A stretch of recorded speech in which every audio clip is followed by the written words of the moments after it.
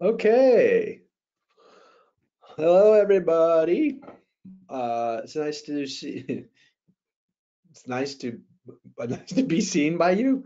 It's not really what I mean, but it's nice to be with you. I wish I could see you one of these days.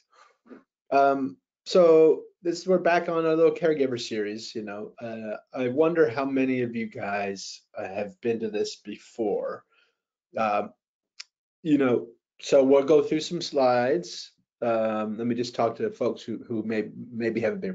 We're going to go through some slides, and those of you who have been here in the caregiver series, there was a lot of repetition because we're just kind of keep trying to ground in the basics of caregiving, and then go from there. Really, the fun, or the important part, or I don't know, the part I enjoy the most, and perhaps the most relevant, is the discussion, the Q&A. So as I go through the slides, be thinking of your questions or things to say or things to share. This series, these webinars, I mean, these are meant to be safe places for all of us to be honest about any aspect of caregiving or care receiving. That's a loop that comes together. So I hope you'll feel comfortable sharing just about anything. And what happens here should stay here. This is meant to be a safe place. Have at it. But if it doesn't feel right, of course, just listen. That's totally fine too. Usually there are enough questions for us to kind of bounce around and get a good conversation going. So don't hold back. Let's cut over to Sony here for some of the basics on how to ask questions, etc. Thanks, BJ. Hey, everyone. Thanks for being here. Just wanted to let you know the two ways that you can check in with us after BJ has gone through the slides. So you can click the raise hand button that's kind of up at the top there, and we will unmute you, and you can ask your question out loud. Or if you prefer to just type it in and not speak out loud, you can type it into the question box, and we will read it aloud for you. Along with this, if you would like to type your question and would prefer to remain anonymous, that is absolutely okay. Please just let us know and we will make sure not to say your name out loud. So again, raise your hand, we'll unmute you. You can ask it out loud or type in your question and we will get to those as well and just read them out for you. A quick FYI for those who have been here and just for everyone else, if we're not able to get to all the questions in the hour, we do a second recording. So if we are not able to get to your question during this time, please don't worry, we will make sure that it's answered and post that recording along with this one. Thanks again. Right on. Thank you, Sonia. Okay, guys. So I think that covers the waterfront, the setup. So let's just jump in. So one thing to consider around caregiving, and by the way, caregiving, carers, caretaking always struck me as a little funny because, I mean, taking care, I don't know, just feels funny. So I usually say caregiving. It also reminds me of undertaker. So, but caretaker, caregiver, carer, those are the words that we kind of use around this act, this art, this craft. But some people that those names don't light up. It may just be my husband or my daughter or my friend. Caregiver may sound a little too official or something, but anyway, pick the word. But we're talking about how one human being cares for another. Especially in this sort of realm of illness in which we kind of generally hang out, acute illnesses, ones that are expected to improve, so say a broken leg or, something like that. That's very different enterprise than caring for someone, say, with advancing dementia. So obviously there's a lot of situational issues that come up here. We're going to be speaking mostly in generic terms. But one thing to consider out of the chutes is the situation that you're in, that you're finding yourself in. Is this something that is expected to get better in maybe a few weeks, days, or months? That's very different than something that will inherently get worse. By that I mean there will be decline. The person that you're caring for will decline invariably, like progressive neurological illnesses, a lot of advanced cancers, etc.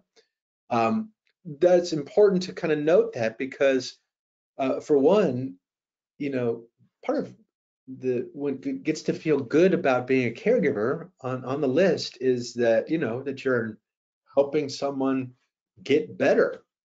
Um, and so if someone's dealing with a chronic or progressive illness, they're not going to get better. There may be little peaks and valleys, but from some sort of physiological standpoint, they're only going to get, more frail.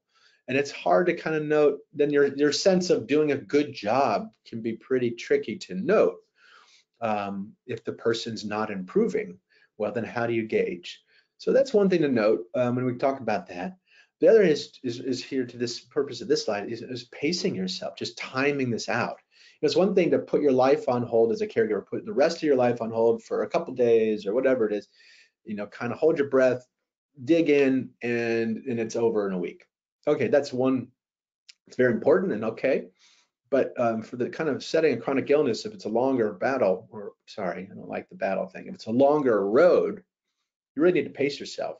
This is the marathon versus sprint kind of thing. You would not try to run a marathon full tilt. So it goes here. That has ramifications for your own self-care. Also, sort of how vigilant you need to be to kind of pounce on things as they come up.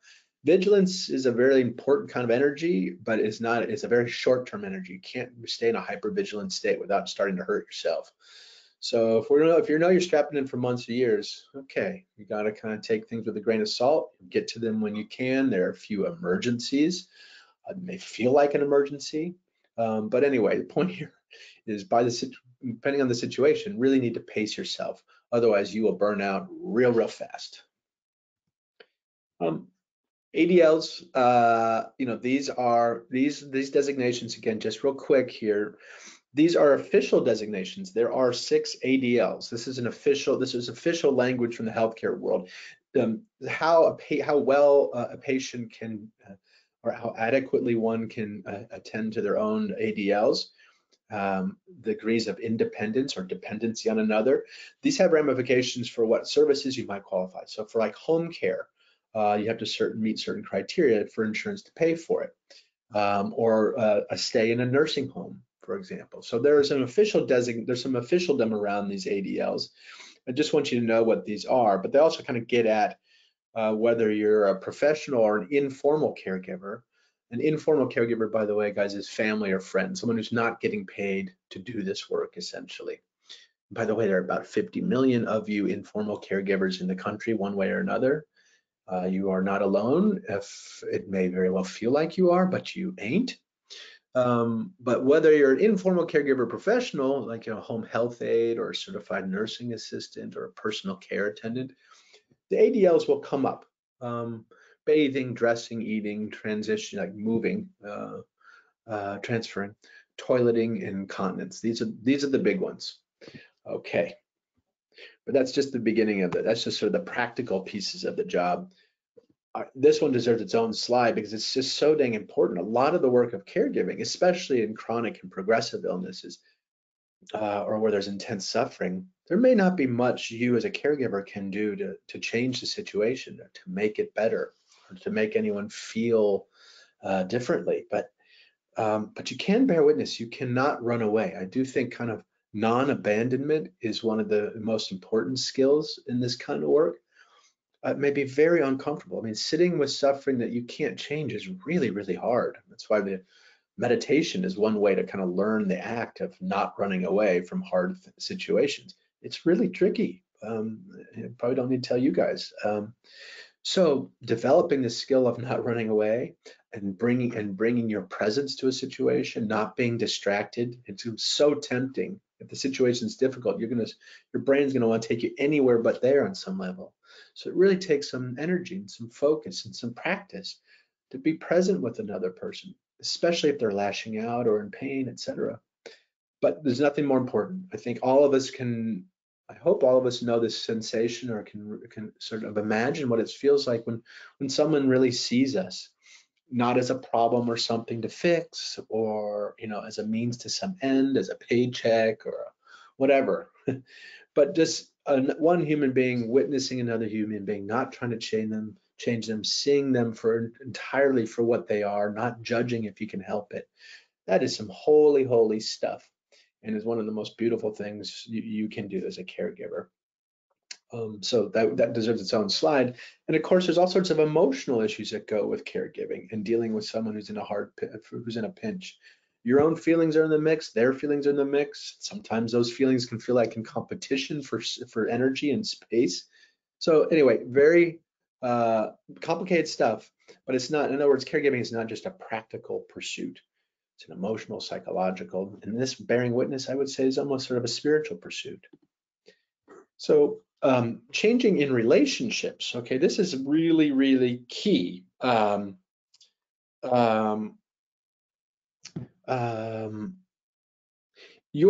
dynamic, taking on the role of caregiver, often means it can be in tension with whatever role you had in that person's life before. So if it's a spouse or a child or a friend, when all of a sudden, or a neighbor, whatever, when all of a sudden you're caregiving, well, it's a different kind of dynamic. Certainly, love can be the underpinning for all of it, and some things don't have to change. But one way or another, subtly or otherwise, folks often report a sort of feeling a different kind of role. And I've watched this with people I've been a caregiver for, in my own family. Sometimes, if you're not careful as a caregiver, you can start managing your loved one, treating them sometimes like a piece of luggage, trying to move them around, situate them, get them situated.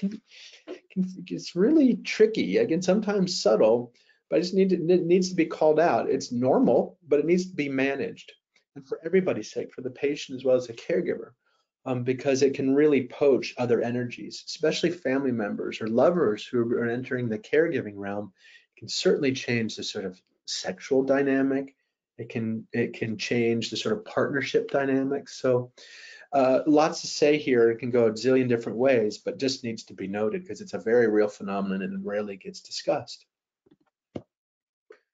So one of the most important things for a caregiver, especially in the sort of situations of serious illness, is very often it can't be done just one person. This is sort of a team sport, especially when you start including the clinical teams and friends and family and home health aides, and it can become quite a symphony pretty quickly.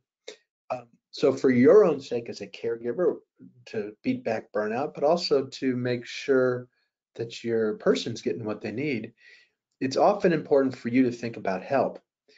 And it can be hard because you might be so focused. It's very common, especially in family situations, that the person gets so consumed with the caregiving task that the rest of their life kind of goes on hold. We'll talk about that a little bit around self-care. But also you can kind of miss cues. If someone's changing, you're with someone all the time, you may not notice changes in the situation or changes in your own health. It really is important to look up every once in a while and to check in whether with a clinician or some outside eyes to see if the situation's different. In fact, you can use ADLs in this way. So if you're sort of keeping an eye on what your person needs from activities of daily living, well, then you can note some changes. Well, gosh, kind of now come to think of it, a couple of weeks ago, Dad was able to get from the bed to the chair, and now he can't even get out of bed anymore. Okay, that's an important change. Or continence changes, or Dad used to eat by himself, but now I need to feed him. Or now when I offer him some food, he no longer wants it, or whatever it is. These kinds of changes are relatively objective to note, and if you note them, you can see over time how the person in front of you is changing, and their needs may be going up, and you can miss it. It's very common that if family members just don't look up, and before they know it, they're overwhelmed, the patient's not getting what they need, etc. So stepping back, taking stock, getting some outside eyes involved can be very, very, very helpful. Help can come in many forms. Other friends, neighbors, family members. Sometimes the job of the primary caregiver is really almost to manage the other caregivers. You can make spreadsheets of who's delivering meals, who's doing what task. Sonia, my dear beloved friend Sonia, is a love a spreadsheet lover. I mean, she'd be great at managing other caregivers. So some of you guys might want to develop that skill of managing others to help as well. This is just, someone had mentioned this in a previous webinar that we should note this, and it's right on. I mean, a lot of us during our youth have spent time on some level being a caregiver. I was so in my life and my family, never thought of it as caregiving. It's just me loving my mother. But in fact, in some ways, it really was, there were caregiving responsibilities to some degree. It's worth noting because in a developing person, that role can be really profound and incredible lessons can be learned. It was certainly the case for me. You can develop amazing sensitivities and early glimpses at maturity and how people need each other and affect each other. It can be beautiful. But one thing to note for kids is it can kick them into the realm of adulthood a little prematurely. And so that doesn't mean they still need to be kids somewhere. So if there's a situation where the kid is acting as a caregiver to some degree, make sure their teachers at school know about that. Make sure there's scheduled time for that kid to be a kid, etc. It can be really wonderfully important growth work, but also has some special considerations when the person doing the work is still developing themselves. So caregiving work, those 50-ish million caregivers, the informal caregivers I mentioned, a lot of those guys, same 50 million, are also trying to hold down jobs. So they got responsibilities all over the place. It can be really, really hard. It can come at the expense of their performance at work or at home in all sorts of ways, or their own health is often the first to go. So here in the U.S., there's a lot to say on the policy front. We've got, hopefully in the coming years, our legislators will start turning more political or policy attention this direction around family and medical leave, FMLA. So there are some protections under the law, federal law and state law. Social workers tend to be the guys in the interdisciplinary clinical team who know this stuff best. So if in your person's team there is a social worker, that would be the first person to reach out to help make sure you're getting all that's coming to you in terms of your benefits as a caregiver, and that medical leave is as optimal as can be. Of course, also the HR department at your work. HR can get a little tricky because it's not, they still work for the company, and so you want to be careful what you share. You need to feel comfortable what you share with your HR department, but I would push you to do so because that's, then you can engage your employer in helping you optimize your time away. Some employers are able to swap, time out with your other employees, can donate time away to you, etc. But you can't get there without asking. And I would point you to ask. Self-care, righto. I still kind of chuckle at this whole notion of self-care. First of all, we're still, it's sort of like self-care 1.0 or something. We got a long way to go on this idea. I think at least what I was learned in my clinical training was self-care was like, oh yeah, well go to, take a break or have a glass of wine or get a massage. Okay, that stuff's awesome. Don't get me wrong. I like all of those things, but that's not really the same. That's not the same thing as really deeply caring for yourself and looking out for yourself. One of the things to note here in this dynamic, and each of us needs to find our way, is what happens is a really loving caregiver will often presume that the focus is on the patient, that their needs need to take second, play second fiddle. That's really that, they're there as in some selfless way to care for another. Then okay, right on. And if there needs to be a hierarchy of needs, maybe sometimes that's true, but it's also true that if you're empty, if you're spent, then you've got nothing to give. So we need to kind of find new language around this. It's caregiving, care receiving. They need to go together. As a caregiver, you need to receive care one way or another from yourself and from others, and from the person you're caring for. And maybe lessons you're learning, or just being moved by their situation or their own appreciation, which sometimes goes lacking. But one way or another, you need to find your way to get filled up. Data tell us in terms of self-care for clinicians and caregivers in general, we do know that there's some broad strokes things that we know work. One is sharing the load, not just practically, but also like you as a caregiver, making sure you have other people to vent with, to talk about things with, not just the person, not just the patient you're caring for. So expressing and processing the emotions that come up with other people. That can be really important. The second big thing is a contemplative practice or a reflective practice of some kind. That can be yoga, meditation, journal writing, uh, prayer. So those are two big chunks that we know help over time. But you need to find your way. I think for our purposes here, we need to make the case for that your needs are just as important as the patient you're caring for's needs. In fact, they go together. They feed off each other. So don't make the mistake of putting your needs at the bottom of the pile. That is a recipe for disaster after not too long a period of time.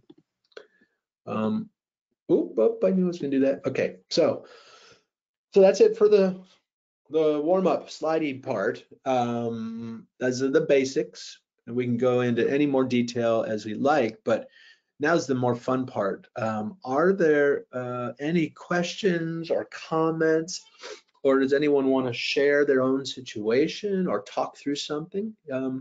This can be a safe place to process too. So anyone have any hard situations going on at home or in their caregiving role? Please jump on. Otherwise, we'll listen to my cat meow. Come here, buddy. It looks like we do have a hand up. Antonio, I'm going to unmute you, and you will probably get a request on your end to then unmute yourself. It's a two-part process. One sec. Oh, Antonio, can you hear us? Yeah, yes, but I accidentally had the hand up. Sorry. Oh, no problem. I took it off. I'm not used to the software. Yeah, no problem. Thank you. Well, now you guys get to meet the Muffin Man. Muffin, And I do have a question that was emailed in that I can start us off with. It's got a little bit of a story to it, so I'll read the whole thing here. This person says they asked their close friend who was dying if there was anything I could do to make her life a little bit easier. And her reply was that she wouldn't know how to reach out for help. My question is there a list or inventory that one can use as a reference that makes requesting assistance a bit more functional and less personally triggering? For example, she has her needs for cleaning and cooking taken care of, but what about improving her day-to-day quality of life for the time that she does have? Would she like to be read to, her back or feet rubbed, a companion to soak up some rays with? It would be nice to have a handout to check off for those in the dying process. So, Sonia, can you remind me the beginning of the question, the person's question? Was it they are talking about resources, a list of things to do for as a caregiver or as for the patient? Right. So I read it as it could go two ways. Maybe there's a list that the person who is ill could make. These are the things I would want done for myself so that others can look at it and just not have to ask. But I also see it as, is there a list of just general things that might make sense for someone to offer instead of saying, what do you want, to have a list to reference and say, would you like to watch a movie with me? Would you like me to pick up your favorite food for you, instead of, the generic, what do you want question, which can be really difficult to answer. Yeah, it sure can. Even when we mean well, right? So, well, let's think through, one answer here is finding a way to get to know the person you're caring for. To know and to be known is a big piece of this puzzle here. It gets a little at the sort of bearing witness like we were talking about earlier, but so if you can find a way, rather than saying, hey, what do you want?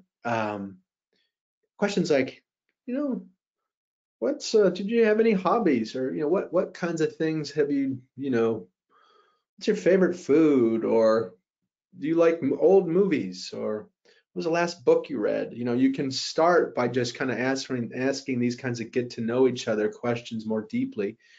And you might also, especially if the person in the bed is approaching the end of life, one thing that we know from data can be very, very important. In fact, there's a name for this or process. It's called a life review or dignity therapy, which is essentially sitting down with the patient, the person in the bed, and just going over their life history. It's a kind of a magical process. It can be.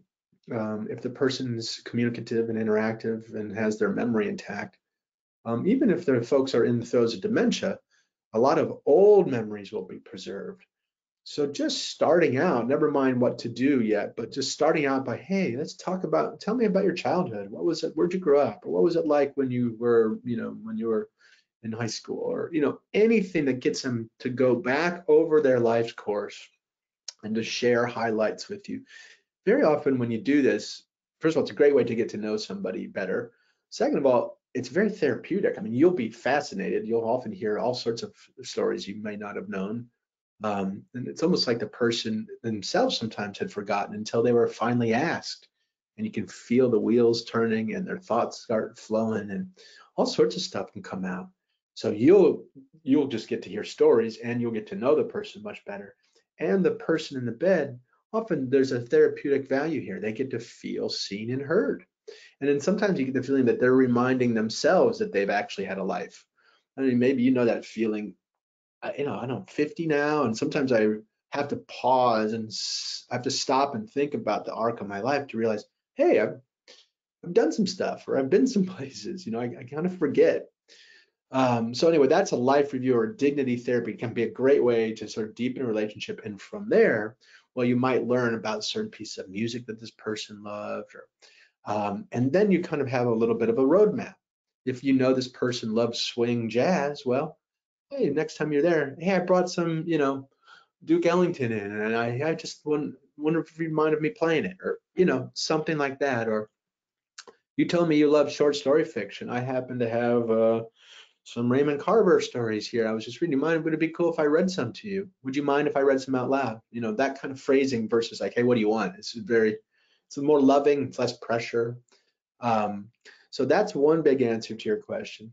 I think more generically, I think one of the things that can be really, really important for people is getting outside, either, getting them to a window or helping someone actually get outside, feeling sunlight, air, etc. Some sense of nature around you is another sort of big generalism that for many people is extremely powerful. I find myself in conversation with a lot of folks who like to go for a drive.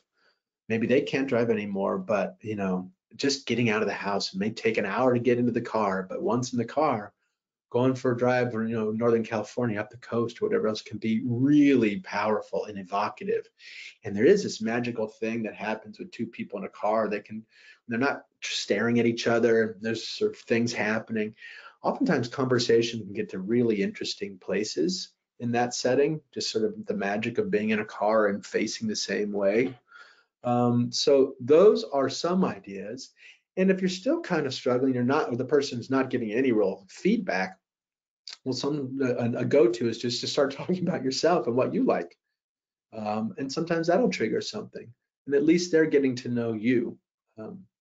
So those are some answers to the question. Anybody else in the webinar here, if anyone has anything else they might want to add to this this list of sorts, please jump in, and I'll keep thinking about it here. But that's my answer so far. We've got some other questions that have come in, so I'll just start off with the first one. This person said, my husband was diagnosed with a glioblastoma brain tumor in January. Before that, we had been talking about divorce because I don't like how he treats me or how he treats our kids. I am there for him as his caregiver, but the tension in our house is high because I feel like we're running out of time for him to improve his relationship with his kids. But he pulls the I'm the cancer patient card pretty frequently. On one hand, I'm hoping we can use the time to repair or improve our relationship. On the other hand, maybe we should not try to do this in this moment of high stress right now. Any advice you have would be appreciated. Yeah. Well, thank you for sharing that one. That is obviously a difficult situation, understatement of the century. Here too, situation and context really matters. In the setting of a glioblastoma, which is a very aggressive brain tumor that is pretty generally uniformly fatal. So, and also tends to, depends where it's growing, tends to impact cognition, but not just cognition, like in memory, but personality changes are not uncommon. Certainly fatigue is huge. And so the person's character can often change in the setting of a brain tumor, which even makes it more difficult still. So, and one of the things to note about advanced cancers is, or advanced illnesses of any kind, is generally speaking, the energy that anyone has is only likely to get less and less. So in other words, if there's something here, if there's a piece of you that wants to perhaps try to give this relationship dynamic some effort, some work, I would point you to do it sooner than later, because you know that the energy that he has now is only going to wane. So I would push you to sort of the more intensive things you'd want to try them sooner than later.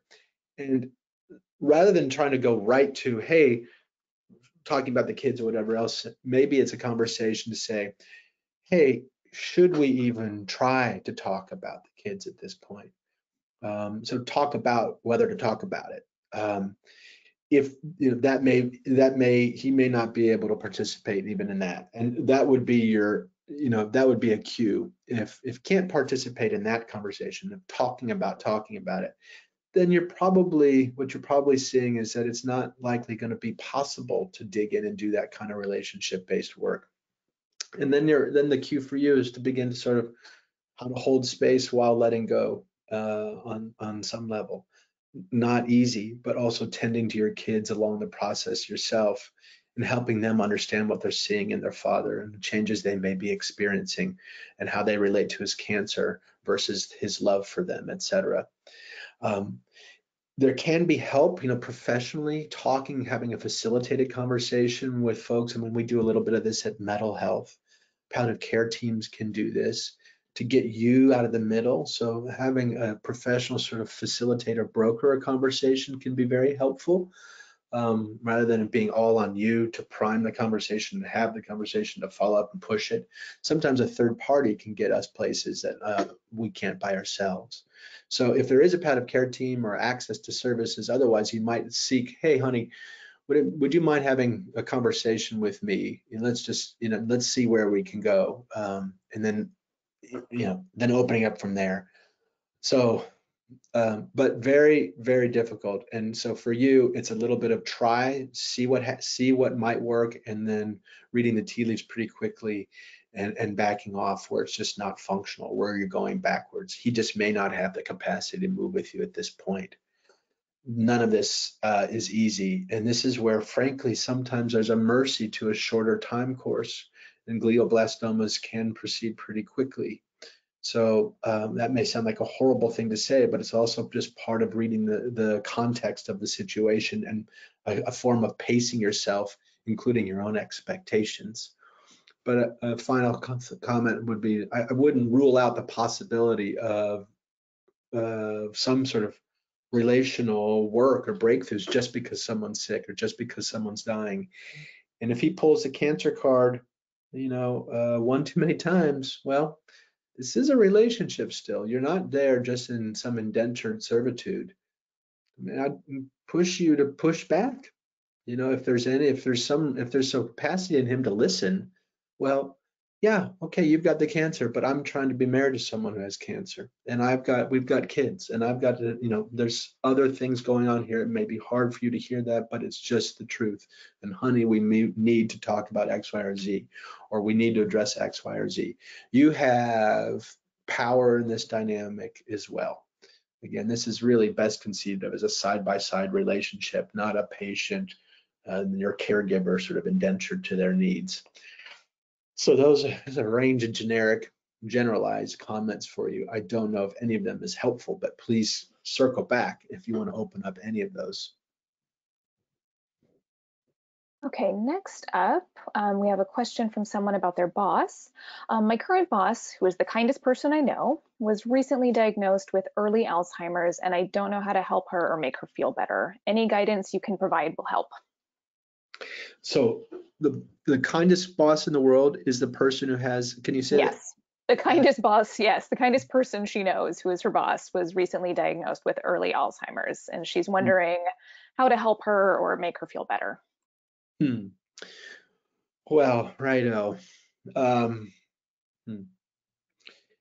for one, I mean, just maybe just me picking on things, but you know, making her feel better, maybe setting you both up for some sense of disappointment.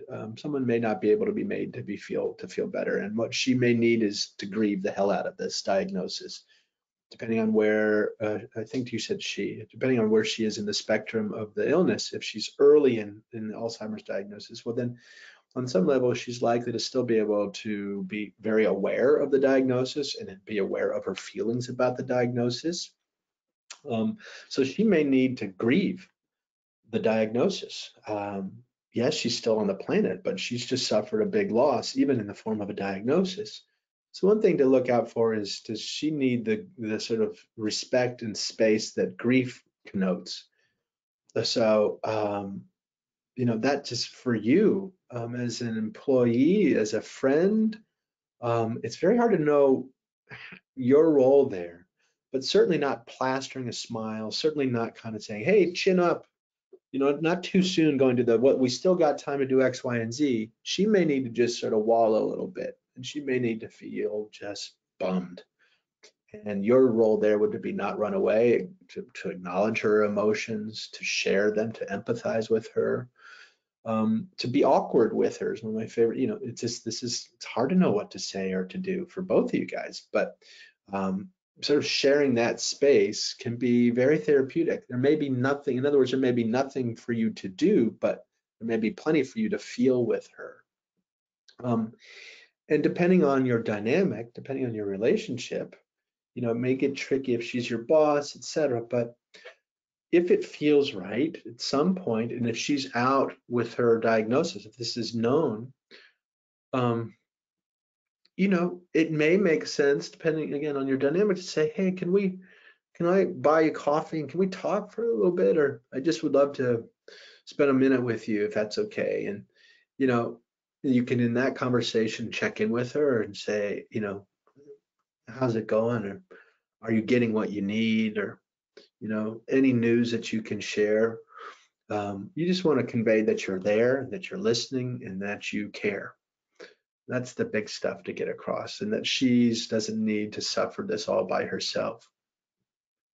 Beyond that, if it feels right, you might say, hey, you know, you may have all sorts of friends and family and other people to help out, but I'd love to be on that list of people who's around for you in any way, you know, whatever that means.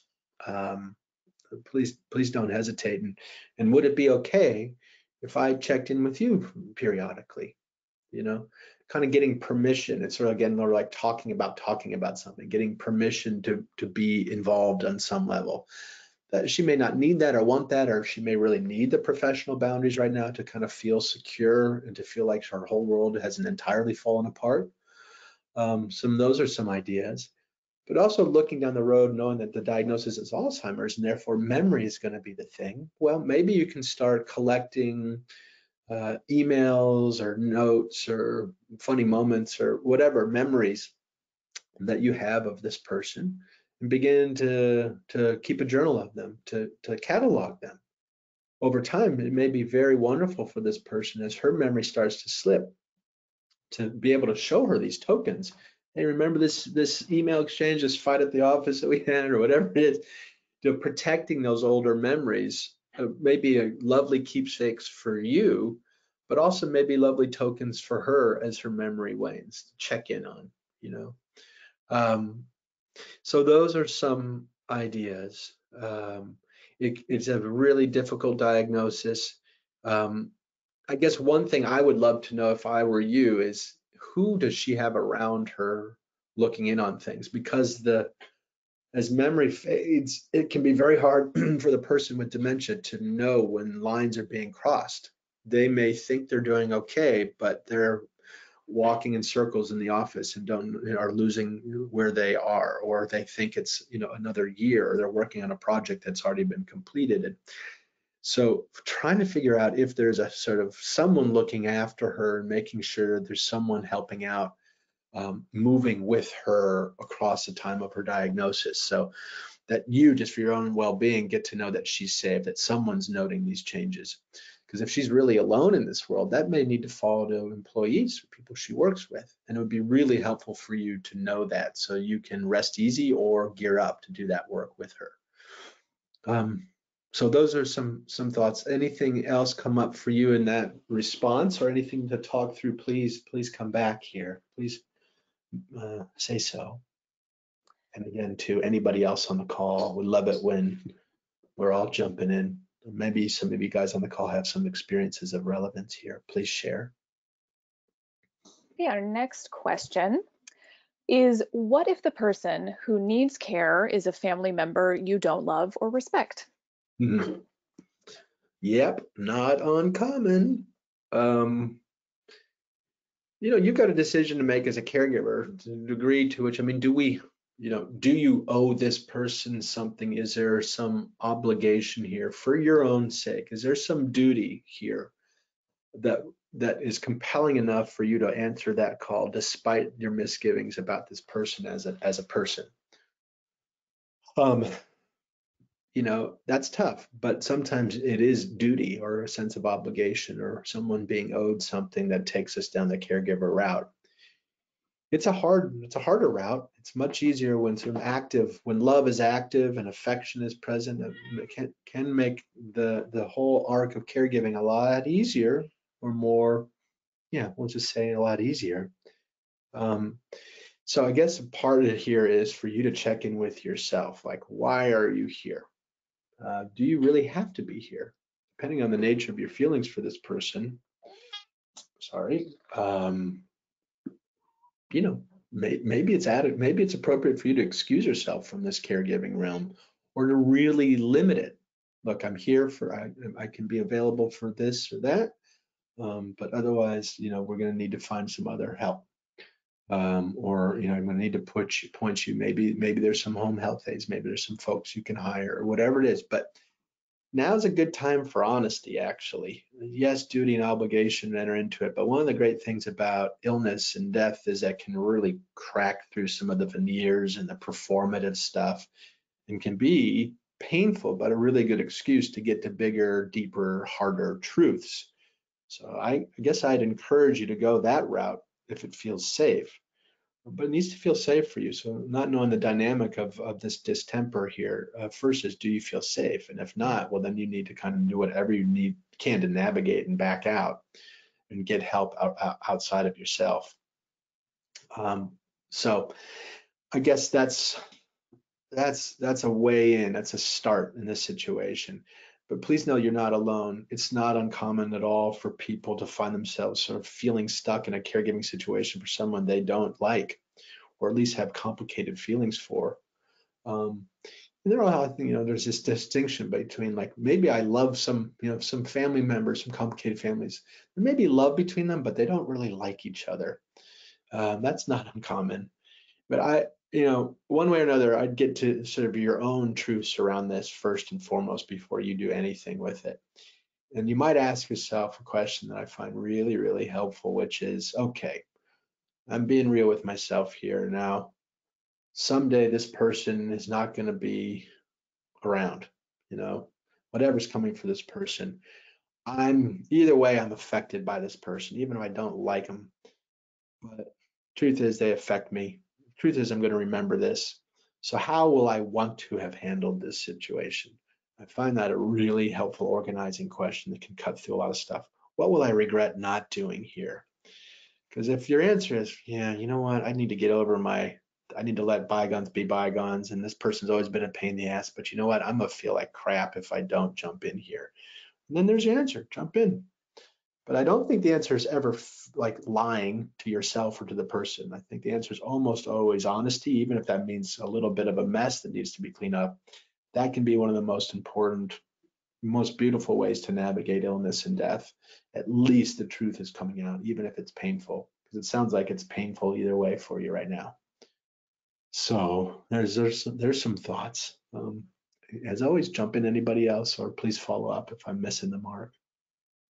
We've got a hand up here. Esther, I can go ahead and unmute you. And you may need to unmute yourself on the other end. Hi, Esther. Hello. Hey, Sonia. Hey, BJ. Hi. Yeah, I think I put my hand up a while ago, and then it's just been some really interesting food for thought since then. So I think the original hand up was about something that is maybe no longer relevant to discuss. I don't know. Sure.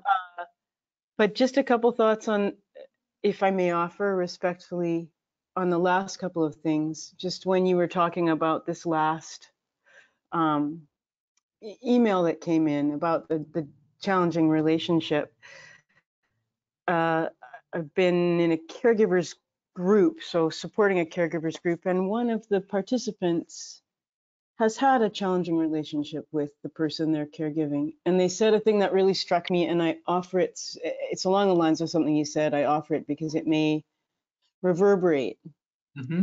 They said that one of the things they contemplated when they were looking at moving into caregiving with this person, and that they also think about or say to themselves when they're in a really hard time or when they're going through whatever we would go through as caregivers or even in life, is I never get to do this again. I will never get to do this again. Mm-hmm. The good, the bad, and the ugly. And it really struck me. I thought, wow, what a beautiful piece of wisdom. Mm-hmm. And I think we can all take. So I just wanted to offer that. And yeah, so we never get to do this again. Right. I'm sorry if I'm cutting you off there, Esther. No. Yeah. I find myself saying to families sometimes a version of this is of basically the thing I've said would be, as hard as this is right now, as insufferable as this feels right now, it's very likely that someday, you're going to actually miss this moment. And that's insane right now, unfathomable. But I bet you just might find yourself missing this moment right now. And in a way, I think both comments sort of help someone get in the moment and appreciate the sort of fullness of it, even if it's painful, and can be a way to call their attention to where they are now and a way to help folks not run away. Not that for you, Esther? Similar? Well, and yeah, I think so. And interestingly, another person in this group just had they've moved on into bereavement, and that they said that exact thing when they kind of came for their last closure with the final session with the group. They said, if there's one thing I can say to you folks that are still kind of on this journey, cherish the moments because you will miss them, even the hard ones. They said the very same thing, so I find that quite interesting. And I think also both what you're saying and the kind of you never get to do this again can be when contemplating, okay, what are my boundaries? Where am I? What do I want to do? Do I want to go on this journey? I think that can be really valuable for helping to make those choices. As in the greater context, like we never get to do the whole ride again. Certainly not in this way, depending on your belief systems or whatever. But this particular ride, and so that may also lead, and that may also, one always hopes that there can be, well, okay, I always hope that there can be healing, that it can be a healing journey. And sometimes for folks that is, I need to not go there. And I need to step away from this. And that can be really challenging. And also it can be a loving act. And that's, yeah, you're going to say something. Go ahead. Oh, I'm so glad you said that. I mean, I think everything I'm saying is is kind of pointing us to hang in there, to not run away. But you're making a really, really key point. Sometimes it's like any relationship. Sometimes the most merciful, the kindest, if hardest thing to do is actually to leave. So I'm sorry, I didn't mean to interrupt you. I just think you're making a really critical point. No, and it's not, so I guess there's that distinction between running away because there's something that one doesn't want to face, or there's a, it's a different energy. Yeah. It's a different act between running away and choosing to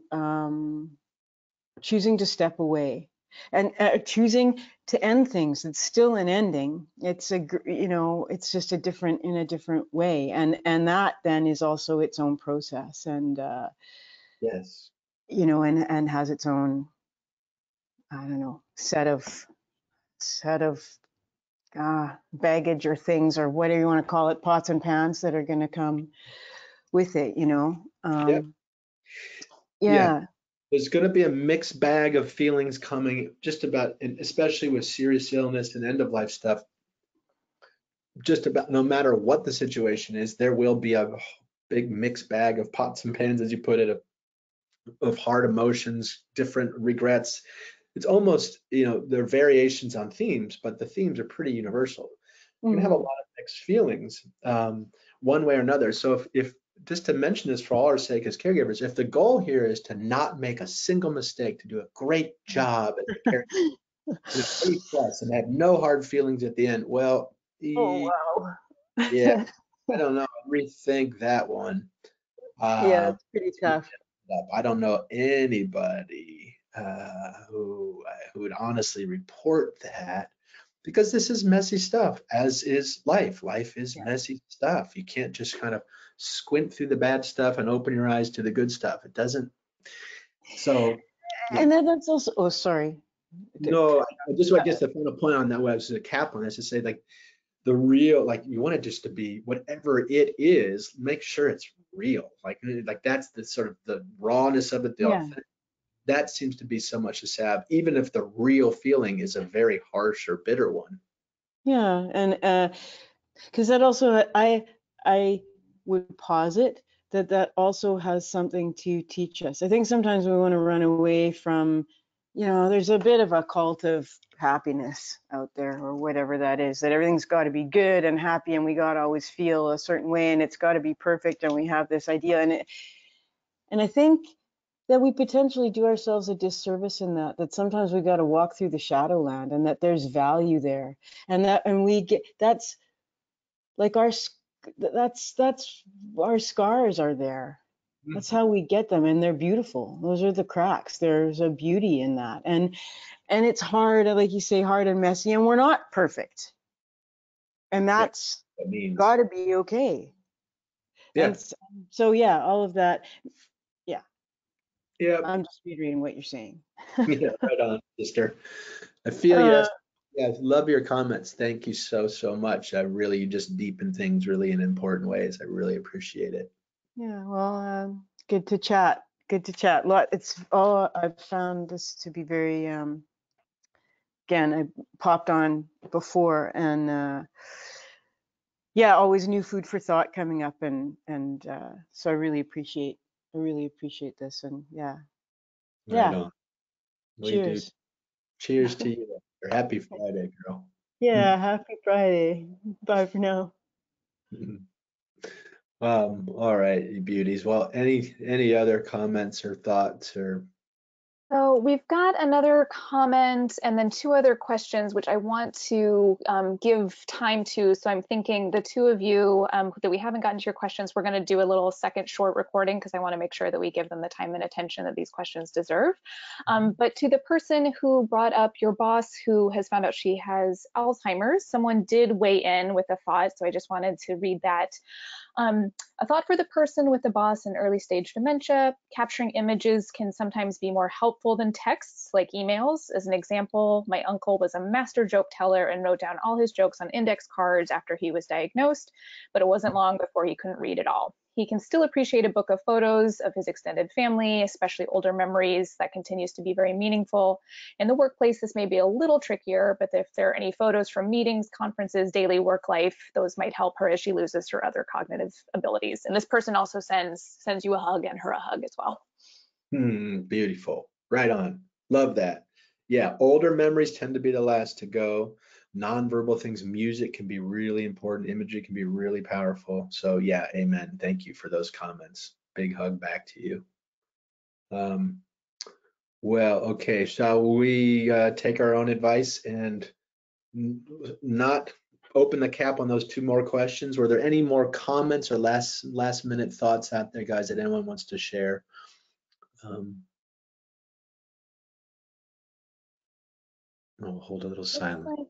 Yeah, it looks like those are the 2. So again, just want to make sure you guys know we will get those questions answered. I've got them written down, and we'll address those and post that recording on YouTube along with this one. And we're a little bit early, but thanks everyone for being here. Happy Friday, happy weekend. Righto. Bye, everybody. Thanks so much for coming. See you next time, I hope.